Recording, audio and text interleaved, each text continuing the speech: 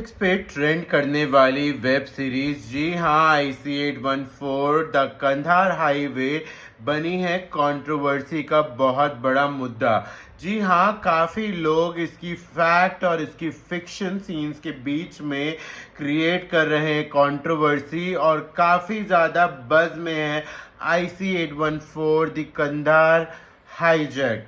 जी हाँ, इसमें काफ़ी सीन्स ऐसे हैं जो काफ़ी लोगों को लगता है फिक्शन है, और काफ़ी लोगों को लगता है कि वो रियल सीन्स हैं, जैसे कि हाईजैकर्स का नाम, लाहौर की लैंडिंग, अमृतसर से टेक ऑफ करना, और वॉशरूम रिपेयर, फॉरेन मिनिस्टर का कैप्टन को सल्यूट करना, प्लेन में सिर्फ एक ही कैजुअलिटी होना, और हाईजैकर्स का हमारे जो इंडियन पैसेंजर्स थे उनके साथ अंताक्षरी खेलना। काफ़ी सारे ऐसे सीन्स थे जहां पर लोगों को लगा कि ये फिक्शन है और ये सिर्फ एक बॉलीवुड ड्रामा क्रिएट करने की कोशिश करी है। तो भाई, आज आप जुड़े हैं मेरे साथ बज़ विद शुभ में, और आप करिए चैनल को सब्सक्राइब, और मैं करता हूँ फैक्ट और फिक्शन सीन का पर्दाफाश आपके सामने। जी हाँ, इस वेब सीरीज में क्या है फैक्ट्स और क्या है फिक्शन सीन्स, उसका आज मैं आपके सामने करने वाला हूँ खुलासा।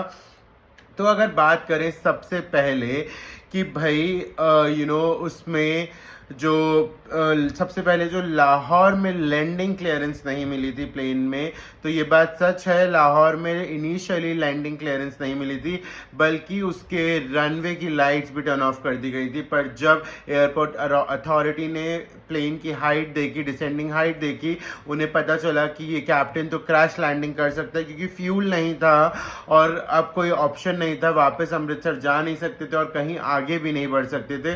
तो कैप्टन क्रैश लैंडिंग प्लान कर रहा था, और एयरपोर्ट अथॉरिटी को कहीं ना कहीं ये बात समझ में आई, इसीलिए लाहौर में वो लैंडिंग हुई। जी हाँ, और रनवे की लाइट खुली और लैंडिंग हुई वहां पे। दूसरा सीन था जहां पर दुबई में निगोसिएशन हुआ इंडियन पैसेंजर्स में फीमेल और बच्चों को छोड़ने का, और वो कर दिया गया।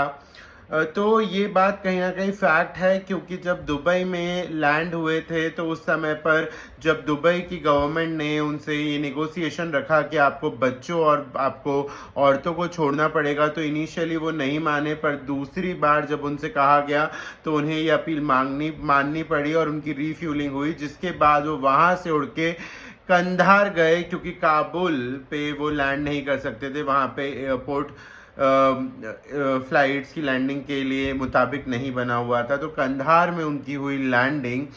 इसमें एक और सीन था जहां पर ये बताया गया कि एक रूपेश कर एक व्यक्ति है जो कि अपनी बीवी के साथ हनीमून मना कर लौट रहे थे, और सिर्फ वही एक इकलौते पैसेंजर थे जिनकी कैजुअलिटी हुई, जिन्होंने अपनी जान से हाथ धो बैठे। तो और उनकी पत्नी को भी नहीं पता चला कि वो अब नहीं रहे हैं, और उन्हें हाईजैकर्स ने मार दिया है और दुबई एयरपोर्ट पे फेंक दिया है उनकी बॉडी को। जी हाँ, उसका रीज़न ये है कि हाईजैकर्स ने मेल और फीमेल को अलग कर दिया था, और वो दूसरे कोच में बैठे हुए थे, और वहीं उनको स्टैप किया गया, और जिससे उनकी जान चली गई, और फिर उनकी बॉडी को रिलीज़ करना पड़ा। दुबई में रिलीज़ किया औरतों और बच्चों के साथ, और वो इकलौते पैसेंजर थे जिन्होंने अपनी जान गंवाई थी। अगर बात करें तो कंधार में रीफ्यूलिंग होने पे जब फ्यूल को रिलीज़ कर दिया गया कैप्टन के द्वारा, तो ये बात क्या सच है क्या झूठ है? जी हाँ, ये बात फिक्शन है, क्योंकि ऐसा कुछ भी नहीं हुआ था। हाईजैकर्स को हमेशा से चाहिए था कि जो प्लेन है उसकी लैंडिंग कंधार में हो, और कंधार में ही लैंडिंग के बाद वो वहाँ से कहीं पे भी टेक ऑफ नहीं करने वाले थे। जो उसमें दिखाया था कि वो इंडियन पार्लियामेंट में क्रैश करना चाहते हैं, मिनिस्ट्री में क्रैश करना चाहते हैं, वो बात फिक्शन थी। वो एक सस्पेंस, एक ऑडियंस कनेक्शन बनाने के लिए उसमें दिखाया गया। अगर बात करें कि काफ़ी ऐसे सीन थे जहाँ पे हाईजैकर्स का दिखाया गया कि वो काफ़ी ज़्यादा मिंगल अप हो रहे थे, उन्होंने सीक्रेट ऑफर करी कैप्टन को, उन्होंने अंताक्षरी खेली।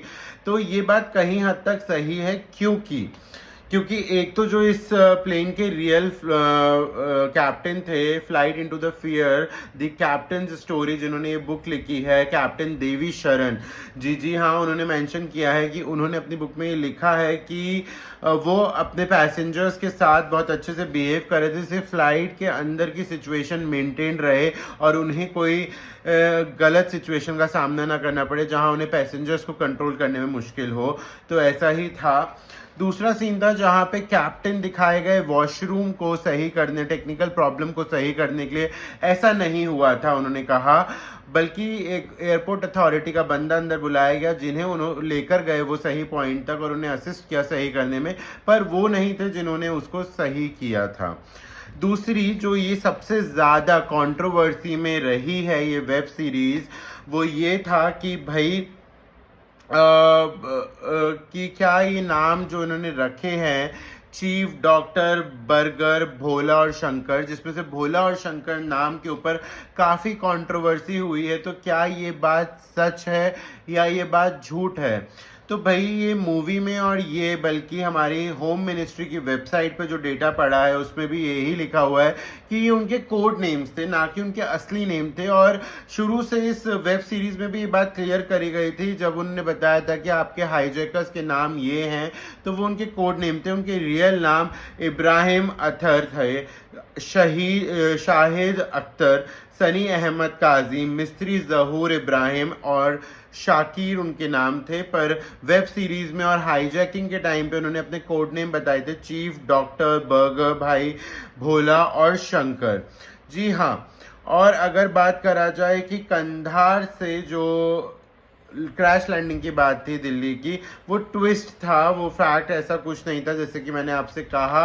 अगर मैं और आपसे बात करूं और आपको बताऊं कि एक सीन अगर आपने वेब सीरीज देखी है तो आपने देखा होगा जहां पे फॉरेन मिनिस्टर सल्यूट करते हुए नजर आए हैं कैप्टन देवी शरण को उस वेब सीरीज में, पर असल में ऐसा नहीं हुआ था। जशवंत सिंह जरूर मिले थे कैप्टन देवी शरण से, पर उन्होंने उन्हें सल्यूट नहीं किया था। डेफिनेटली उन्होंने उनका काफ़ी हिम्मत बंधी रहने के लिए उन्होंने सही से जो उन्होंने देश के जो नागरिक थे, पैसेंजर्स थे, उनकी जो अच्छे से उनकी मदद करी, उनके साथ खड़े रहे और अपना दिमाग अपने लॉजिक्स, अपने हर चीज़ के साथ उन्होंने सबको सेफ रखने की कोशिश करी।